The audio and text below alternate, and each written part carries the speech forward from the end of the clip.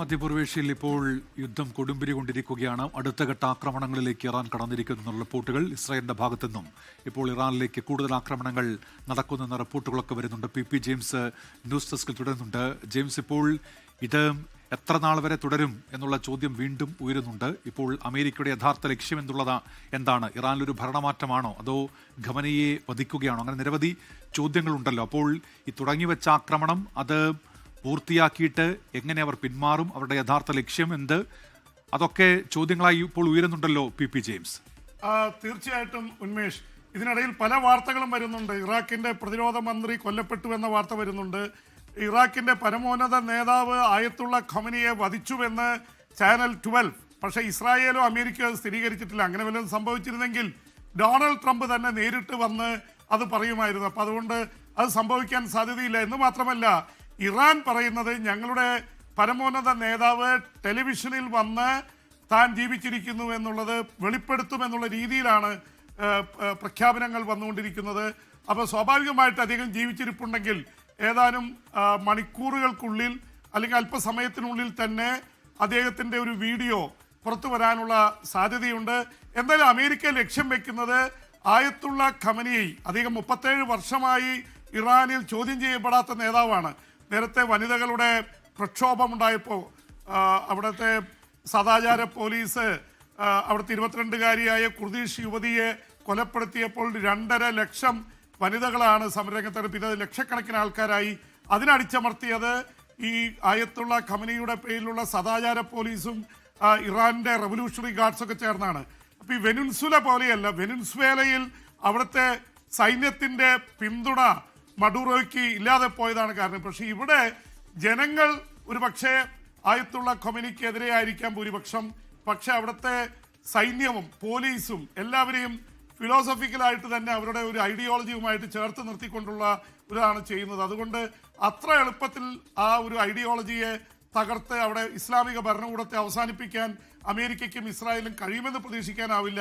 പക്ഷെ അവർ ലക്ഷ്യം വെക്കുന്നത് ഖമനായെ തീർക്കാൻ സാധിച്ചാൽ അവർക്ക് ഒരു പക്ഷേ നേതൃത്വമില്ലാതെ വരികയും ആ സമയം നോക്കി റസാ പഹ്ലവിയെ പോലെ 1979 ഇസ്ലാമിക വിപ്ലവകാലത്ത് പുറത്താക്കപ്പെട്ട ഷായുടെ മകൻ റസാ പഹ്ലവിയെ അമേരിക്കയിൽ നിന്ന് കൊണ്ടുവന്ന് പ്രതീക്ഷിക്കാമെന്ന് കരുതുന്നവരുണ്ട്. അല്ലെങ്കിൽ ഈ ഇസ്ലാമിക ഭരണകൂടത്തിന് പകരം ഒരു ജനകീയ നേതാവിനെ ഉയർത്തിക്കൊണ്ടുവരാൻ ശ്രമിക്കുന്നുണ്ട്. ഇപ്പൊ മസൂദ് പെസഷ്കിയാൻ നേരത്തെ മിതവാദി നേതാവായിരുന്നു. അദ്ദേഹം ഈ ആയത്തുള്ള ഖമനിയുടെ നിലപാടിനെതിരെ നിലപാടെടുത്ത് പ്രസിഡന്റായതാണ്. പ്രസിഡന്റായി കഴിഞ്ഞപ്പോൾ അവർ തമ്മിൽ പല കാര്യങ്ങളും അഭിപ്രായ വ്യത്യാസമുണ്ടെങ്കിൽ അവർ ഒരുമിച്ച് ചേരുന്ന അവസ്ഥയുണ്ടായി. അമേരിക്കയ്ക്കെതിരെ ഇസ്രായേലിനെതിരെയുള്ള നിലപാടുകളിൽ അവർ ഒരുമിച്ചാണ്. അപ്പോൾ അവരൊക്കെ അണ്ടർഗ്രൗണ്ടിൽ പോയിരിക്കുന്നു എന്നാണ് വാർത്ത. പക്ഷെ അവരെ വധിച്ചു എന്നുള്ളൊരു പ്രചരണം വന്നിരിക്കുന്നു. എന്തായാലും ഇറാന്റെ പ്രതിരോധ മന്ത്രി വധിക്കപ്പെട്ടു എന്നുള്ള വാർത്ത വരുന്നുണ്ട്.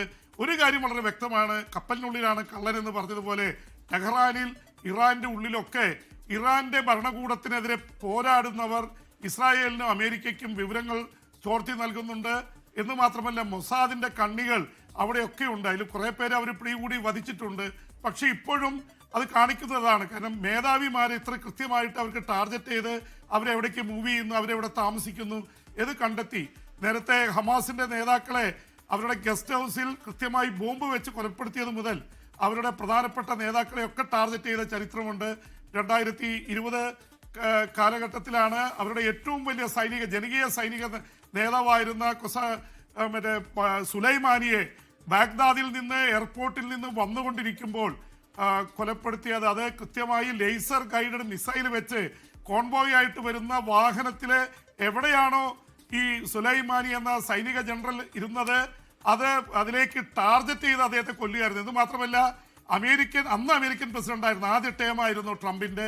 ട്രംപ് പറഞ്ഞു ഇതിന്റെ ലാസ്റ്റ് മിനിറ്റിൽ ഇത് കൊണ്ടുവന്ന് ഈ കോൺവോയില് ഹിറ്റ് ചെയ്യുന്ന സമയത്ത് എനിക്കത് കാണണം. ലൈവായിട്ട് ട്രംപിനെ വൈറ്റ് ഹൗസിലെ സിറ്റുവേഷൻ റൂമിലിരുന്നത് കാണിച്ചു കൊടുത്തു എന്നാണ് പിന്നീട് റിപ്പോർട്ടുകൾ വന്നിട്ടുള്ളത്. അപ്പോൾ സ്വാഭാവികമായിട്ടും ഈ തരത്തിൽ വ്യക്തികളെ ടാർഗറ്റ് ചെയ്യുന്നതിൽ മൊസാദും അതുപോലെ തന്നെ അമേരിക്കൻ ഇന്റലിജൻസ് ഏജൻസികളും തന്ത്രപരമായ ഒരു മുന്നോട്ടാണ്. പക്ഷേ ഒരുപക്ഷെ ഇസ്രായേലിനെ അമ്പരപ്പിക്കുന്നത് അവരെ ഏത് സമയത്തൊക്കെ ഹമാസായിട്ടും ഈ ഗസ യുദ്ധ സമയത്തൊക്കെ എന്തൊക്കെ വന്നിട്ടുണ്ടോ അതൊക്കെ പ്രത്യേകിച്ച് ഹൂതികൾ യമനിൽ നിന്ന് അയച്ചതൊക്കെ തടയാൻ അയൺ ഡോമുകൾക്ക് കഴിഞ്ഞിരുന്നു. പക്ഷേ ഇറാൻ 100 കണക്കിന് ബാലിസ്റ്റിക് മിസൈലുകളാണ് അയക്കുന്നത്. അതിൽ ക്ലസ്റ്റർ ബോംബുണ്ട്.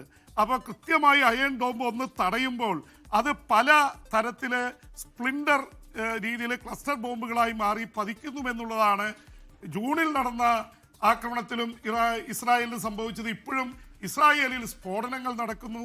അപ്പോൾ ഇസ്രായേലിന് പതിവ് പോലെ തടയാൻ കഴിയുന്നില്ല എന്നുള്ള അവസ്ഥ കൂടിയുണ്ട്.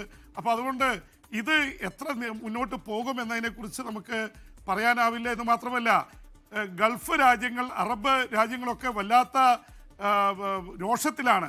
അവർ പറഞ്ഞു ഞങ്ങളുടെ മണ്ണ് കൊടുക്കില്ല ഇറാൻ ആക്രമിക്കാൻ എന്ന് പറഞ്ഞിട്ടും സൗദി അറേബ്യയെ ആക്രമിച്ചു. അതുപോലെ UAE പാം ജുദയിൽ ആക്രമണം നടത്തിയിരിക്കുന്നു. അവിടെ UAE അബുദാബിയിലും ആക്രമണം നടത്തി. അതുപോലെ അപ്പോൾ അവരൊക്കെ യഥാർത്ഥത്തിൽ അറബ് രാജ്യങ്ങളുടെ തലപ്പത്തിരിക്കുന്നവരാണ് സൗദി അറേബ്യയും UAE-യും. അതിനു പുറമെയാണ് ബഹ്റിനിൽ, ഖത്തർ അമേരിക്കയുടെ സെൻട്രൽ കമാൻഡ് ഇരിക്കുന്ന സ്ഥലത്താണ്. അവിടെ 3 സ്ഫോടനങ്ങൾ ഉണ്ടായി. പാട്രിയോട്ട് മിസൈലുകൾ തകർത്തിട്ടും അവിടെ പ്രശ്നങ്ങൾ ഉണ്ടായിട്ടുണ്ട്. കുവൈറ്റ്, ഇറാഖ് അധിനിവേശത്തിന് ശേഷം കുവൈറ്റിന് നേരെ ആരും വാളോങ്ങാൻ തയ്യാറായിട്ടില്ല. കുവൈറ്റ് സമ്പന്നമായ രാജ്യമാണ്. അവരെ അമേരിക്കയുടെ ഏറ്റവും ശക്തമായ ഒരു ബേസ്, ചെറിയ ഒരു രാജ്യത്ത് തന്നെ ഏതാണ്ട് നമ്മുടെ ഒരു ജില്ലയുടെ വലിപ്പമുള്ളൂ കുവൈറ്റ്. പക്ഷെ അവിടെ അവരുടെ ബേസ് ഉണ്ട്. ആ ബേസിലേക്ക് അടിച്ചിരിക്കുന്നു. അപ്പോൾ ആ തരത്തിൽ ബഹ്റിനിൽ എല്ലാം, സിറിയയിൽ, ജോർദനിൽ, ഇറാഖിൽ ഈ തരത്തിൽ ഇറാന്റെ ഒരു അടി അമേരിക്കയെ ഒരു തരത്തിൽ അമ്പരപ്പിക്കുന്നതാണ്. പക്ഷെ കാര്യങ്ങൾ എവിടെ എത്തുമെന്ന് കാത്തിരുന്ന് കാണാവുന്നതാണ്. ലോകത്തെവിടെയായാലും ഏത് സമയത്തും 24 വാർത്തകളും ഓഗ്മെന്റഡ് റിയാലിറ്റി പാക്കേജുകളും എക്സ്പ്ലെയിനറുകളും വിശദമായി കാണാൻ ഞങ്ങളുടെ യൂട്യൂബ് ചാനൽ നിങ്ങൾക്ക് സബ്സ്ക്രൈബ് ചെയ്യാം.